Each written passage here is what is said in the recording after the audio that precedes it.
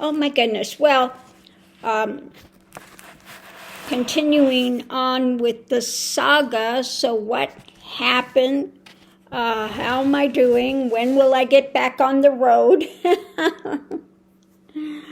Oh my goodness. So as you know, I went into the hospital. They thought I had regular diverticulitis.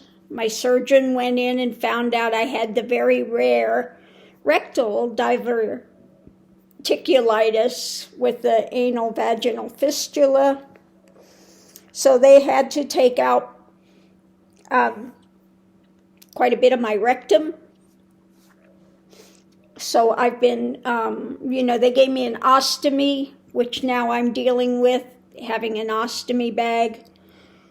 So when I get on the road again, I'm going to have to take a lot of supplies for the ostomy.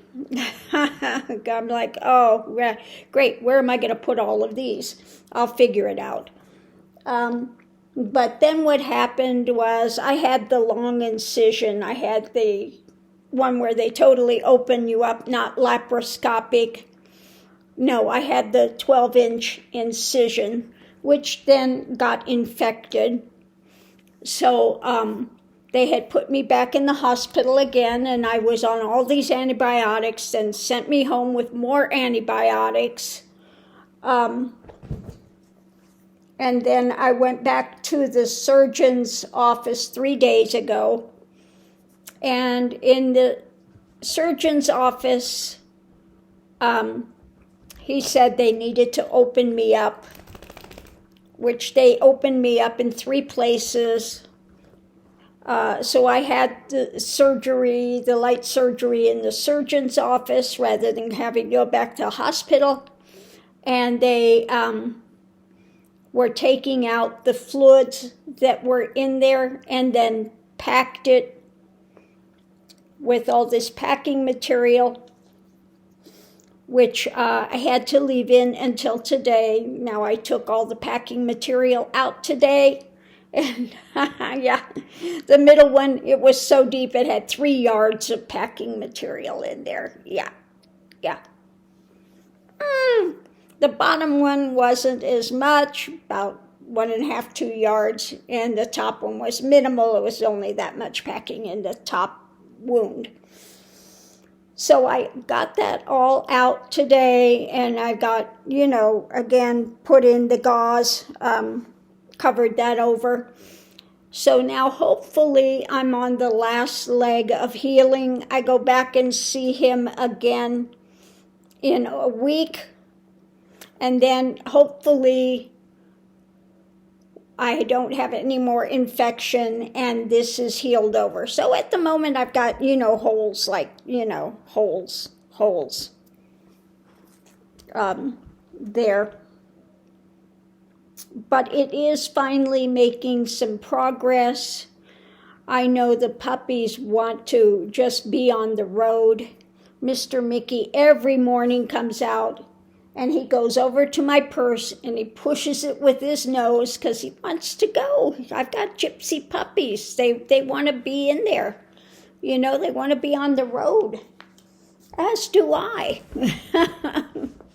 So hopefully soon I'll be able to be back on the road and having the Prius adventures. I have been waiting for this so long. Like I said, I bought the car the day before Thanksgiving. Had to wait for a few months just to get it registered. The day I got it registered, I was going to leave the next morning. And what happened the next morning was when I started flushing out all this mucus out of my body rectally and went through this whole saga of finding out that I had rectal diverticulitis, which is only, if you look it up online, you can't find anything about it. You can find out about rectal diverticulum, which is, maybe they have some things in there, but it's not, same like a diverticulitis when you've got some pockets, but it's not inflamed or anything. But trying to find anything about when it's inflamed and having to be operated on for it, there's nothing out there because it's only 0.1% of people that ever get rectal diverticulitis. Of course, I'm one of the lucky ones, that's 0.1% that winds up with it. So what happens with that is part of the rectum, middle part of my rectum was calcified. He said he had to chip it out of there.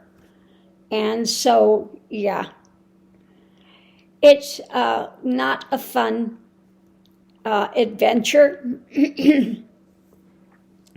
going through that and trying to heal. And then I had a hysterectomy years ago, and I had a lot of adhesions between the bladder and the rectum that he had to, dismantled.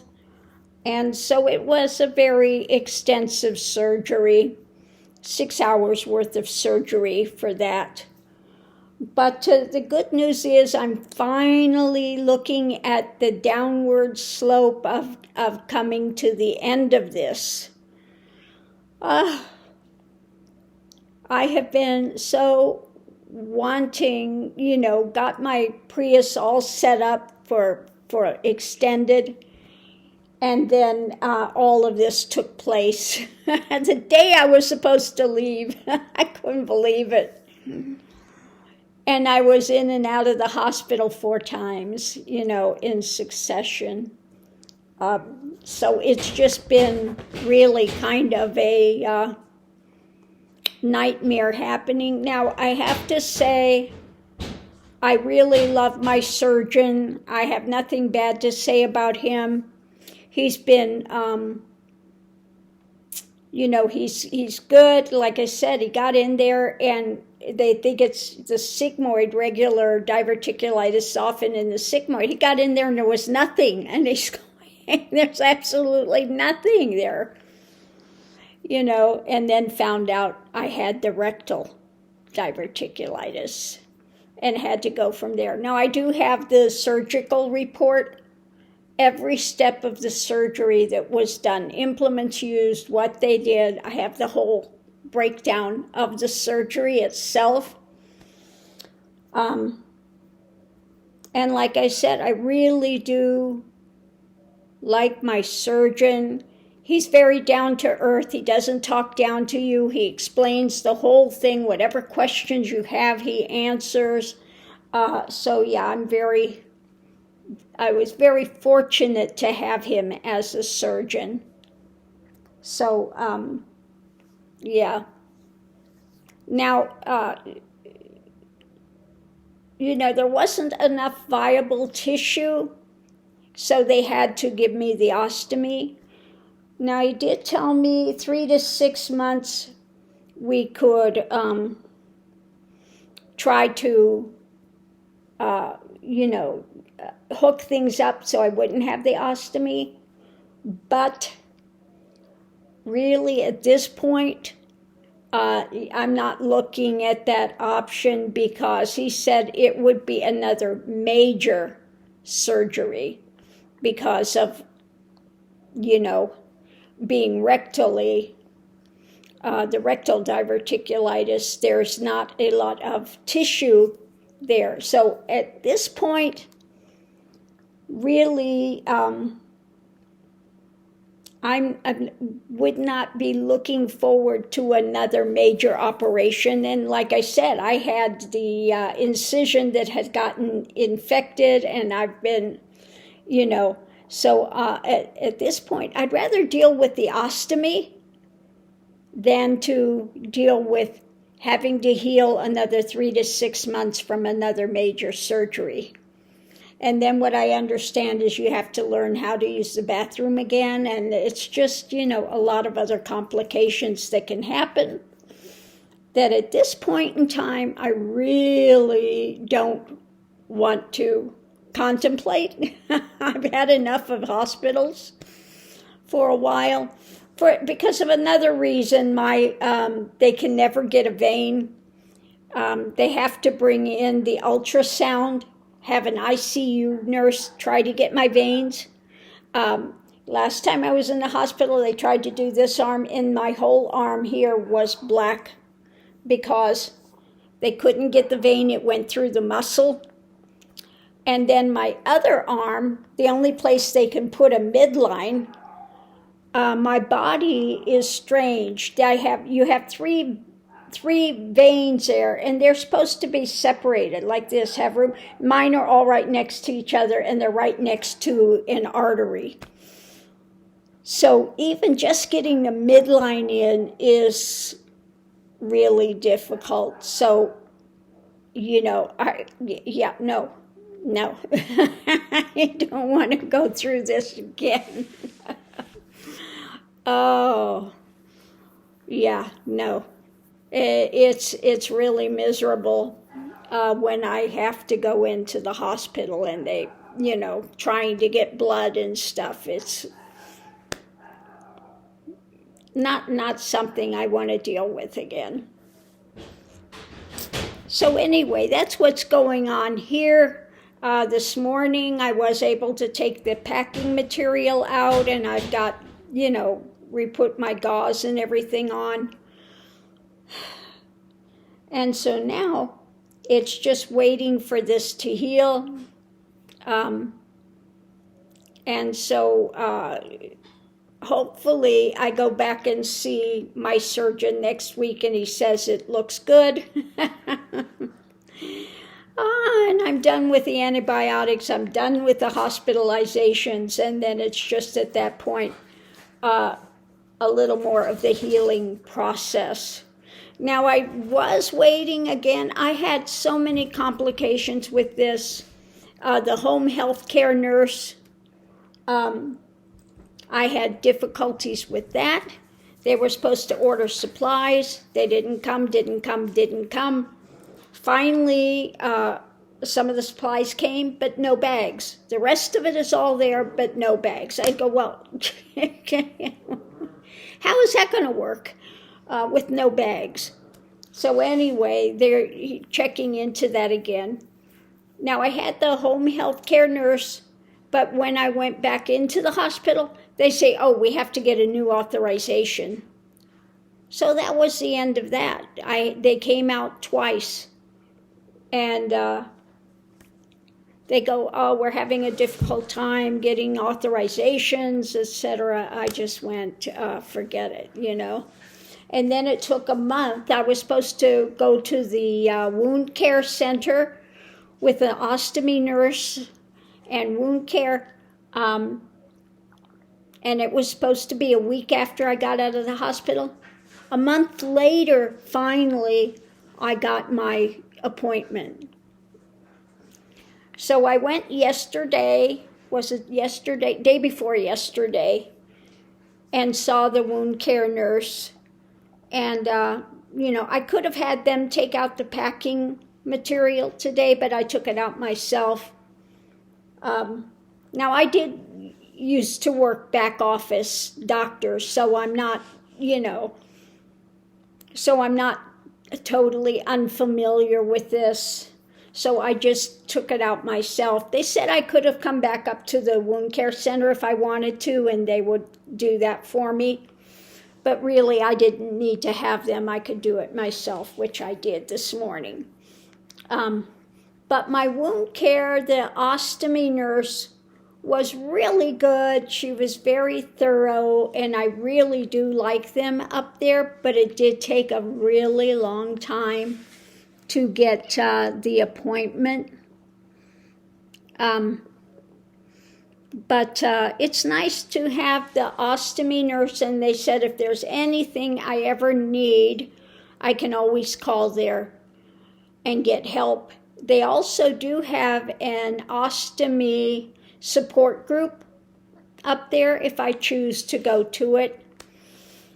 Although I don't need to be supported. I'm not depressed. I'm not, I'm not suppressed or anything like that, I'm not in the poor me saga of things. I just want to get on with my life and, enjoy the things I want to enjoy. Okay. Now, like I said, the most difficult thing is now I'm going to have to travel with all these ostomy supplies. And the difficulty is, well, how are you going to get them on the road? So it looks like my traveling that maybe I could take a month's worth of ostomy supplies, but then I'd have to come home to my sticks and bricks to pick up more supplies. That's what it looks like. Yeah. What do you have to say for yourself, Miss Lily Bum Bum? Miss Lily Bum Bum. Yeah, Mama's girl. What are you doing? What are you doing? Look at that face. What do you do, Miss Lily? Oh, troublemaker. Yeah, when I was in the hospital, I have somebody that flew out. Thank God Ronald is, he came out to help watch the puppies when I was in the hospital. But he opened the door and Miss Lily escaped and was gone for 3 days when I was in the hospital, and I was losing my mind with it. Thank God they found her and brought her back, and so, but that was just horrid, being in the hospital and your puppy's lost and out there for 3 days. It was just a nightmare. But thank God she's back. And so, all good. So anyway, that long story short, that's what's going on here. I'm finally on the road to recovery. And looking forward to hitting the adventures on the road. So thank you for those new subscribers and those hanging in with me when I've gone through this saga. I'm telling you, it has been an absolute kind of a nightmare, back to back, being put in the hospital 4 times and, all of the antibiotics they had me on. Now, they did have me also on Cipro, and then Cipro and Flagyl. And then after I'm on it and I'm having all of these mental things with it, also my one leg, I found out after some people wound up actually in wheelchairs because it affects your tendons. Now, my left leg feels like, when you're in the hospital and your feet really swell and your ankles and everything really swell, and you have trouble moving your foot. It was like that after all the swelling went down. So I think the Cipro did affect some tendons in that foot. Now, I have been really working at moving it and stretching those out again. So thank God it didn't get any worse than it was. But yeah, just be aware, Cipro and Flagyl, look it up on YouTube and don't take it. Ask for something else because it really has serious, serious side effects that they don't tell you about. Yeah. So anyway, things are good here, and they're finally looking up that I can see the light at the end of the road here. Oh, I'm so looking forward to being able to be on the road and having the Prius adventures again, So on that note, I'm going to leave that here and just kind of chill for the day. Oh, and looking forward to my upcoming, finally, Prius adventures. Thanks for tuning in, and I'll see you online. And hopefully next time it will be from the Prius. Let's hope. Yeah.